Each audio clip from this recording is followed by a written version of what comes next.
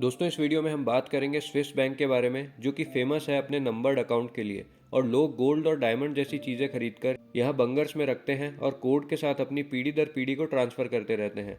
ऐसी कई मूवीज़ हैं जिसमें स्विस बैंक के एम्प्लॉयज़ के ऊपर गन रख दी गई है, लेकिन वो फिर भी इंफॉर्मेशन नहीं बताते हैं।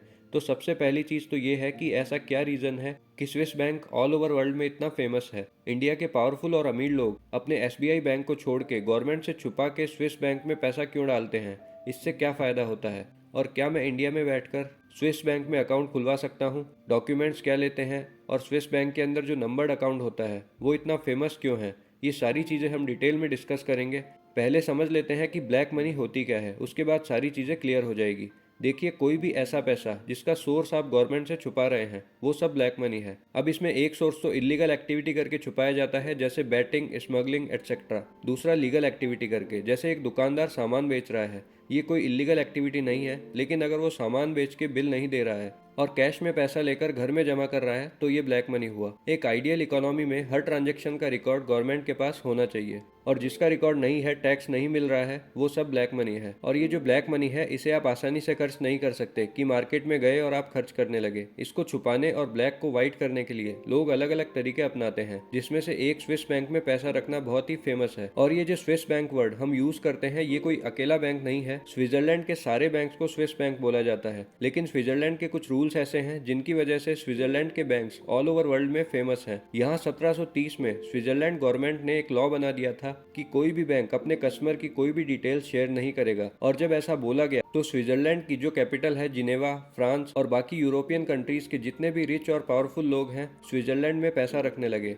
और यहीं से शुरू होता है स्विस बैंक के अंदर एक सीक्रेट और साइलेंस का कल्चर, जो आज की डेट में स्विस बैंक के लिए बहुत ही इंपॉर्टेंट बन गया है। इस रूल के बाद स्विट्जरलैंड के अंदर जो बाहर से पैसे का फ्लो आ रहा है, वो इनकी गवर्नमेंट के लिए काफी फायदेमंद साबित होने लगा। इसके बाद 1934 में फिर से स्विट्जरलैंड गवर्नमेंट ने एक और लॉ पास किया, बैंकिंग एक्ट ऑफ 1934, जिसके आर्टिकल 47 के तहत अगर स्विट्जरलैंड का कोई भी बैंक अपने कस्टमर की डिटेल्स ऑल ओवर वर्ल्ड में किसी भी गवर्नमेंट को या फिर टैक्स एजेंसी को शेयर करता है तो वो एक पनिशेबल ऑफेंस होगा, और फिर चाहे वो डिटेल्स किसी भी क्रिमिनल की ही क्यों ना हो, कोई भी अगर इसको वायलेट करता है तो उसको 5 साल तक की सजा होगी। ये जो लॉ बनाया गया, ये ऑल ओवर वर्ल्ड में सबसे स्ट्रिक्ट बैंकिंग लॉ उस टाइम पे भी था और अभी भी है। ये सब देख के दुनिया भर के रिच और पावरफुल लोगों के लिए स्विट्जरलैंड एक अट्रैक्टिव डेस्टिनेशन बन गया, क्योंकि उनको अपनी ब्लैक मनी और अपार संपत्ति के लिए किसी को जवाब देने की जरूरत नहीं है, अपने खुद के देश की गवर्नमेंट तक को नहीं। ओसामा बिन लादेन तक की भी पहली पसंद स्विस बैंक थी। स्विट्जरलैंड की सबसे बड़ी खासियत यह भी है कि ये देश पॉलिटिकल न्यूट्रल है। अब जैसे अगर पाकिस्तान में इस तरह का कोई बैंक होता तो इंडियंस पाकिस्तान में पैसा रखना अवॉइड करते, भले ही कितना भी अच्छा बैंक हो। लेकिन स्विट्जरलैंड की किसी से भी दुश्मनी नहीं है।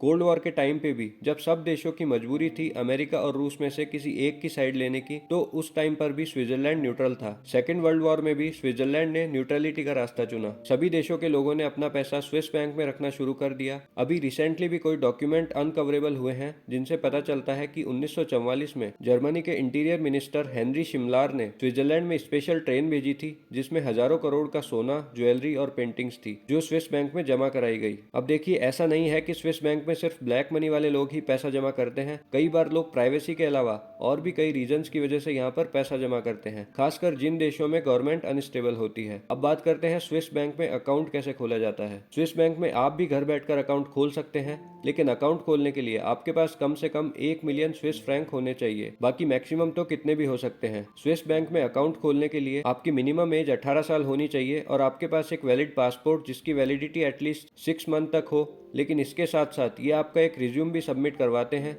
जिसमें आपकी स्किल से लेकर आप क्या क्या काम करते हैं और कब कब कहाँ कहाँ काम किया, वो सारी डिटेल्स होती हैं। जो फंड आप सबमिट करोगे, ये फंड आपके पास किस तरीके से आया है, इसकी डिटेल्स भी आपको देनी होती है। स्विट्जरलैंड में आप किसी भी टाइम जोन और किसी भी लैंग्वेज में कनेक्ट कर सकते हैं। यहाँ इंटरनेशनल कस्टमर के लिए हर फैसिलिटी अवेलेबल है। स्विस बैंक आपकी कोई भी इंफॉर्मेशन किसी भी कीमत पे शेयर नहीं करेगा। ये नंबर्ड अकाउंट होता है। इसकी खासियत ये होती है कि नाम की जगह एक कोड मिलता है, और अगर बैंक के सिर्फ कुछ लोगों को छोड़ दें तो किसी को भी पता नहीं चलता है कि इन अकाउंट्स में क्या हो रहा है। नॉर्मली अगर किसी को पैसा भेजना होता है तो इंडिया में आदमी का नाम, account number, IFSC code, branch वगैरह ये सब चाहिए होती है।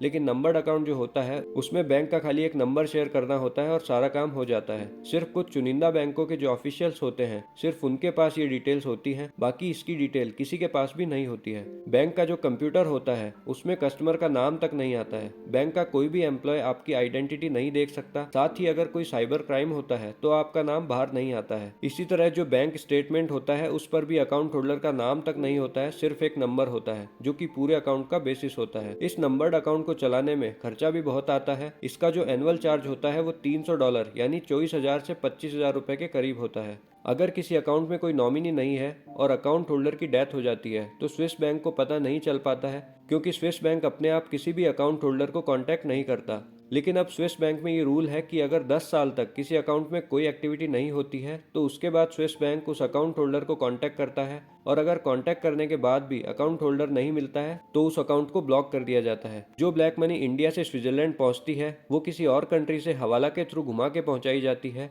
इंडिया में ब्लैक मनी के ऊपर कम से कम पिछले 15 साल से पब्लिक डिबेट चल रही है। पहले ब्लैक मनी खत्म करने के नाम पे नोटबंदी की गई, उसके बाद जो स्विस अकाउंट के अकाउंट होल्डर हैं उनकी भी लिस्ट ली गई, लेकिन एक भी पैसा इंडिया में वापस नहीं आ सका। अब इसमें दो चीजें हो सकती है कि या तो जो लोग ब्लैक मनी घुमा रहे हैं वो इतने शातिर हैं कि वो अपना अरेंजमेंट एडवांस में ही करके रखते हैं, उनको पहले से ही पता चल जाता है कि आगे क्या होने वाला है। तो दोस्तों ये थी कुछ जानकारी स्विस बैंक के बारे में। अगर आपको ये वीडियो अच्छी लगी हो तो वीडियो को लाइक करके चैनल को सब्सक्राइब कर लीजिए ताकि ऐसी ही और भी वीडियोज आप तक पहुंचती रहे। धन्यवाद।